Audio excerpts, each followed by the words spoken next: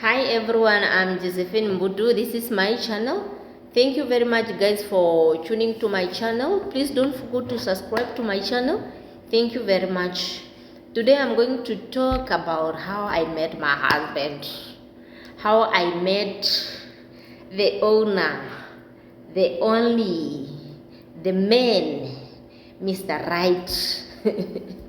Yeah, yes. I really respect this man because he's the one who chose me. Yes. Yeah, it was in 2018, early January. So he just started texting me on Facebook. And I remember I was so rude and straightforward. It was just like a dream, man. I could not really believe that you could go beyond everything that he started. And you know how guys used to be. I was expecting something than what I got from him. So we just started chatting. Then he asked my number. I remember I didn't even hesitate to give my number because I was ready. There were questions that I was really ready with to ask him. So I gave my number. Then he started texting me, hi, and hello. How are you? Good. How are you? Fine. Then from there, one day, I remember it was maybe after work. I remember it was just during the day, after work. Then he called me. No, I just check up on you. Then thank you. All right. Then I remember he was a person of music. Those days he was so hot. Music. You just see after some minutes, 2 minutes, he's sending you music, nice music. You know, I'm not a person of music, let me just be honest, but you know, there is always a message in everything. Yeah, he just started with music, then from there, I went through his things he's posted on Facebook. He was so rude. The way he used to post. And I was like, no, God, not. If he's like this, I will not go for him. Okay, then one day, I remember he called me telling me that, no, I'm sorry to say this. It's like I'm interested in you. Then I was like, no, it can't be. Because, you know, for someone that you didn't believe of doing everything, and the way he looked, okay, he looked matured, but you know how we take men. I could not even believe that he can do like the way he was telling me. Because he was like, no, I want you, and I really want you to be my wife. And I was like, so early. He said, no, because I want to do what I want. I'm not a guy of playing games. I was like, okay. Then I remember he was telling me, before we met even, he was telling me that, no, I want to visit you. Okay, then I decided like, okay, if you, because I'm staying in Oshagati, and he was working at Etunda, which is, you know, almost close to our house where I came from. In Oshagati, I'm just working in Oshagati, but I'm from Etunda. Okay, then he came to visit one day. After visiting, it was now like almost to Feb. Okay, then after visiting, then he left.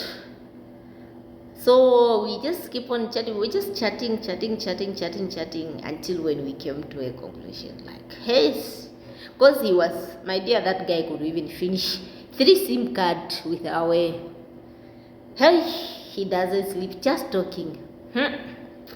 Talking. He was really a good talkative man. He tried his best, and I was like, so you wanted me for what exactly? No, me, I just want to, I am what I'm seeing in you, I'm just seeing a wife in you. All right. Then from there, he just told me like, no, you know, it's not really easy to know a person just like that. And he told me that he was not really trying to know me by staying with me or to sleep with me. He was ready to be with me and to at least to know me while he's already married to me. And with that, it's only God who can help. So I play with it, and I told him to pray also. Okay, he told me to tell my parents that he want to come for proposal. Okay, I told my mother. It was not easy because the funny part is that I'm Ndongona, he's a Caprivian, whereby our parents came from Angola, and his parents came from Zambia, living in Namibia.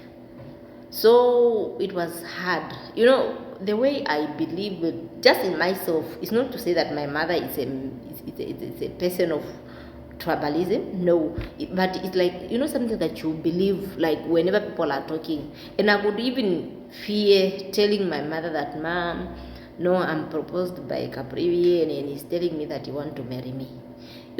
Okay, sometimes I would even feel like Mom will not have a problem with it, but families and other people, maybe they might judge and all those things. And I told Mom, I just said, okay, just called Mom, like, Mom, you are having a visitors which are coming. Then I was like, visitors from where? Said, no, they are Caprivians. Then she was just laughing. Ha ha ha. Said, yeah, then she keep on asking me, as an elder, they know already. Like, okay, what's going on? Like, no, there's a guy, all this, and all that. I was like, okay. So they prepared to come. So from there, I was home. I remember that weekend I decided to go home. Then it was Saturday. They came home for proposal. So they were there with my parents, all my parents, my mother's side and my father's side. So then I was called if I know the guy, because they were just like, they were 4 to 5 there. So now I was asked, do you know someone here? Then I said yes. I just pointed him like, yes, I know this person. Okay, I remember it was on March. Remember, we met on January. It was just January, Feb, March, January, February, March. I think it was on the 2nd of March, which was his birthday. Okay, the 2nd of March 2018. Okay, the proposal, they were accepted. So they just told my family that no, they are going, so they will come back. They will not take long. All right. Then after that, on April, it was just on March, 2nd March, on April. So he just decided to make engagement, which we made on 21st April 2018. Okay, we engaged in 21st of April, which was in my birthday, 2018, and is when they gave the date of our wedding, which would be, it was on the 3 of May 2019. Okay, at that time my husband was working at Tunda for agriculture. So maybe it was just after some months after our engagement, then the contract was ended. Imagine now there's a wedding. There's a wedding which is coming. No job for hubby. It was not easy, dear. It was not easy. So now the contract ended in 2018. In 2018, I think in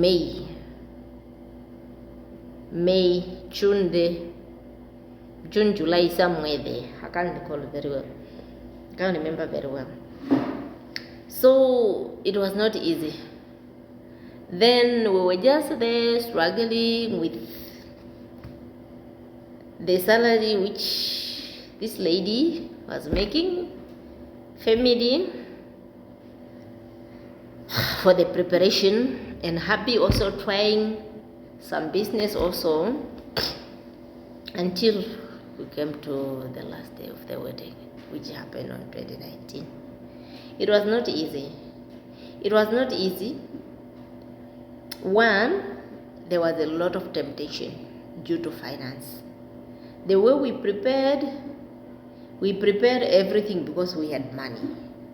Come after the engagement, after some months, no job for hubby. So there was a lot of stressing, man. And I just thank my husband that he's a person who really understands God. He's a person who knows how things work, how temptations are sometimes. Otherwise, I could not be married. We didn't believe in money, even if we know that things were expensive, things being costly. We just believe that God is there and everything will be happen. It happened. We got married. Happily married. Thank you very much.